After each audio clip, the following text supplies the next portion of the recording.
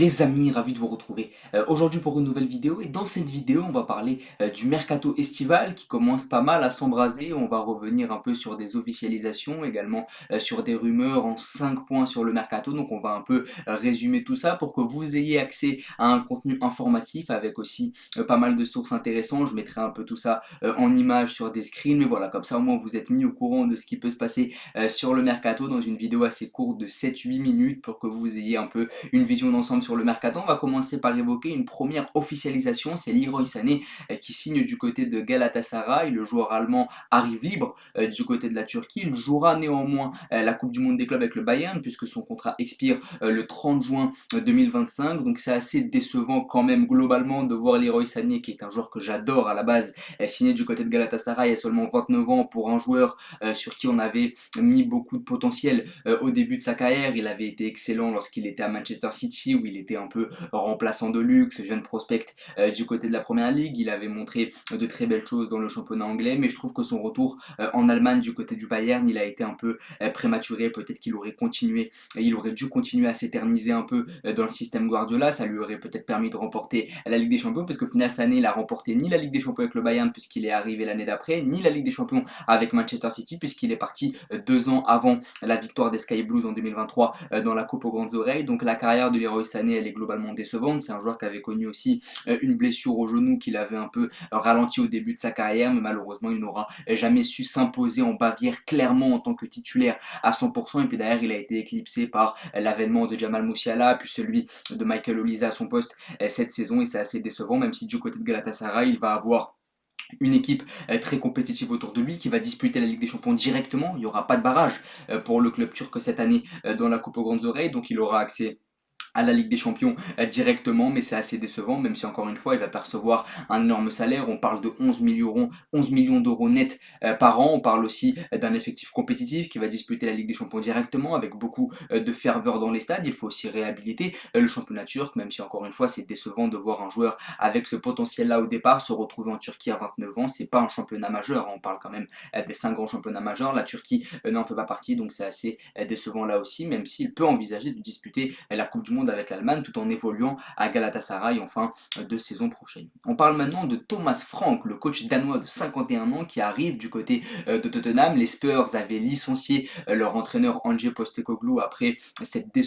très décevante saison en championnat du côté de la première ligue. Tottenham avait néanmoins remporté la Ligue Europa, donc beaucoup s'étaient demandé si le board des Spurs allait garder Postecoglou malgré le fait qu'en championnat ce soit calamiteux, puisque tu as acquis cette victoire en Europa League qui t'a qualifié pour la Ligue des Champions. Peu importe les moyens, il faut quand même relever que Postecoglou a eu le mérite de qualifier les Spurs pour la prochaine édition de la Ligue des Champions, mais c'est vrai que dans le train-train quotidien, dans le championnat domestique, eh bien, les résultats étaient beaucoup trop moyens pour une saison historiquement négative pour Tottenham. Ange Postecoglou remercié, c'est donc Thomas Frank qui vient prendre les rênes de Tottenham, un coach qui était en poste à Brentford depuis la saison 2018. Il les a pris quand ils étaient en Championship, il les a fait remonter en 2021 et depuis il les a conservés dans l'élite, avec aujourd'hui le point d'orgue du projet du coach danois avec cette 10e place en première ligue à la fin de la saison. Donc un club de Brentford qui a réussi à se hisser dans le top 10 de ce championnat de première ligue très relevé. Thomas Frank, c'est un coach qui a pas mal d'idées, c'est un coach aussi qui pourrait ramener dans ses bagages des joueurs qu'il a connus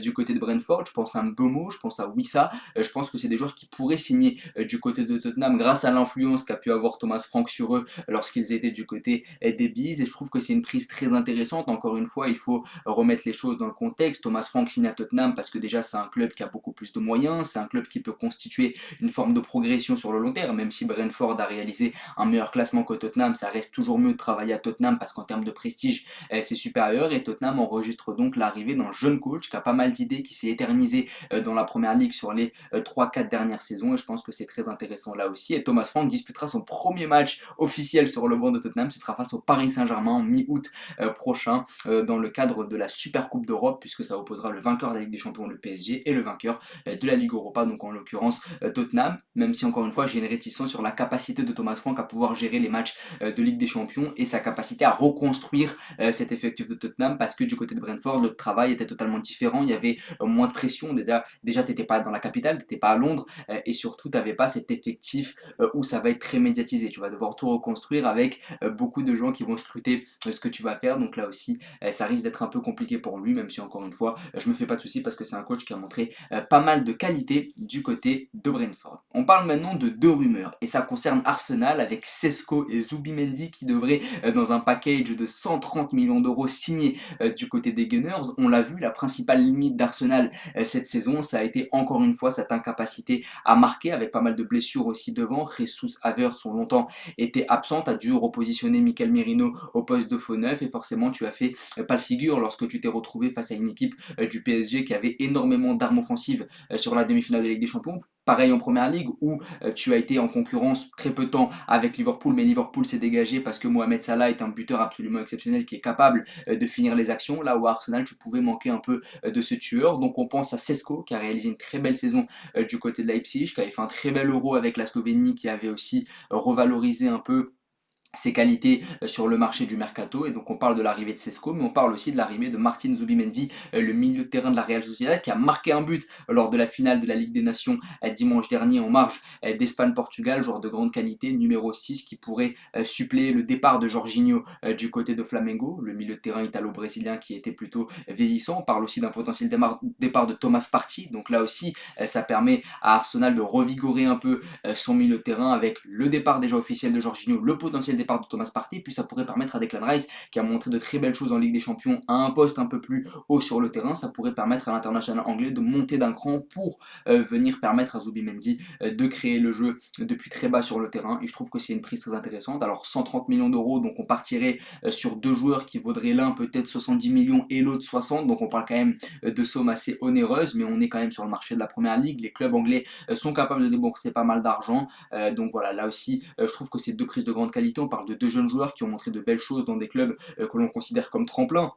la Sociedad et derrière pour Sesko Leipzig, donc ça pourrait être intéressant. Là aussi je trouve que ça reste des prises de grande qualité. On parle d'Angel Gomez qui a signé du côté de l'Olympique de Marseille, ça a été officialisé, le jeune international anglais a signé du côté de la Canebière après une saison plutôt laborieuse à Lille. Il pourrait apporter pas mal de créativité du côté de l'Olympique de Marseille. Il rejoint Mason Greenwood avec lequel il avait été formé du côté de l'académie de Manchester United, même si je suis encore assez sceptique parce qu'Angel Gomez c'est un joueur qui a montré pas mal de fragilité cette saison sur le plan physique. Il a été absent à de nombreuses reprises, il a joué que 14 matchs en Ligue 1 cette année, donc même si c'était sa troisième saison du côté de Lille et qu'il a montré des belles choses sur ces deux premières années, notamment d'un point de vue technique, et bien c'est un joueur qui a été sujet à pas mal de blessures et d'indisponibilité cette saison. C'est la seule réticence que j'ai, mais sinon en termes de talent, je pense que c'est un joueur qui peut apporter un profil différent. Greenwood c'est la percussion, Rabiot c'est un joueur qui est très statique, qui va construire le jeu grâce à la passe, alors qu'Angel Gomez c'est un joueur qui est capable de porter le ballon et jouer dans les petits espaces. Donc tu as trois profils assez différents sur cette ligne offensive de l'Olympique de Marseille avec le potentiel départ d'Amin Harit. C'est une prise assez intéressante, joueur qui connaît la Ligue 1, joueur qui connaît le meilleur joueur de l'équipe, à savoir Mason Greenwood, donc ça peut être une prise très intéressante. Et puis il y a pas mal d'anglais, il y a Egan Riley aussi qui est en train de passer sa visite médicale, le jeune joueur de Burnley. Donc tu as une petite base de joueurs anglais dans le vestiaire marseillais qui peut être très intéressante en termes de cohésion de groupe. Donc là aussi je trouve que c'est une belle prise. Joueur formé à Manchester United qui avait fait une très belle saison dans le championnat portugais chez lui du côté de Boavista, et puis à Lille il a fait deux belles saisons avant cette année de connaître pas mal de blessures et c'est la seule réticence que j'ai. Mais sinon en termes de profil, de talent, de connaissance du championnat, de cohésion d'équipe, je pense que ça peut être un profil très intéressant. On parle maintenant de la dernière rumeur qui va pas tarder à devenir officielle, c'est Franco Mastantuono qui va signer du côté du Real Madrid, le jeune crack argentin de 17 ans qui est un milieu offensif qui peut s'exporter sur le côté droit, pas de gauche, ça rappelle un peu Léo Messi, mais toute proportion gardée, ça peut aussi rappeler Arda Güler du côté du Real Madrid, et puis c'est un joueur qui peut jouer à droite, qui va venir concurrencer Arda Güler justement. Si Rodrigo part, c'est un joueur qui peut pallier aussi le départ de l'international brésilien. Je ne vais pas vous mentir, j'ai pas vu tous les matchs de Mastantuono du côté de River Plate, mais j'ai vu pas mal de compilations et c'est un joueur de grande qualité, qui a pas mal de talent là aussi, super pas de gauche, très bon dans les petits espaces, donc c'est un prospect qui pourrait faire beaucoup de bien au Real Madrid. On parle de 45 millions plus 5 bonus et il débarquerait en août prochain. Il jouerait d'abord la Coupe du Monde des clubs avec River Plate avant de rejoindre le club de la capitale espagnole. Et là aussi, c'est un joueur de grand talent et le Real Madrid vient encore encore se montrer en maître dans les marchés un peu argentins, brésiliens, sur le repérage de jeunes joueurs de grand talent. Il a connu en plus sa première sélection avec l'Argentine lors de ce rassemblement. Donc voilà, c'est un joueur qui a 17 ans et déjà international argentin, à qui on voue déjà des qualités de successeur à Lionel Messi. Donc voilà, là aussi, ce Mastontuono pourrait régaler le Bernabéu sur les prochaines saisons, pallier un potentiel départ de Rodrigo et essayer de s'incorporer dans le collectif du Real en août. Et je trouve que c'est une bonne idée, parce que si on l'avait mis directement à la Coupe du Monde des clubs, ça aurait fait trop de pression directement pour lui, ça aurait impliqué qu'il s'implique directement justement dans ce collectif de Xabi Alonso dans l'urgence, alors que là, le fait d'arriver mi-août, ça lui permet de commencer une nouvelle saison directement sans avoir à s'immiscer dans un collectif qui finalement est un peu en opération commando. Le Real, c'est opération commando sur cette Coupe du Monde des clubs pour essayer de sauver une saison quasi blanche, quand même le dire Kylian Mbappé, alors que là, directement sur la saison 2025-2026, se mettre dans le collectif dès la pré-saison estivale, ça lui permet de s'intégrer dans de bonnes conditions et non pas dans l'urgence. En tout cas, n'hésitez pas à me dire ce que vous pensez de toutes ces rumeurs, de toutes ces officialisations, à vous abonner, à liker et à partager. Merci beaucoup.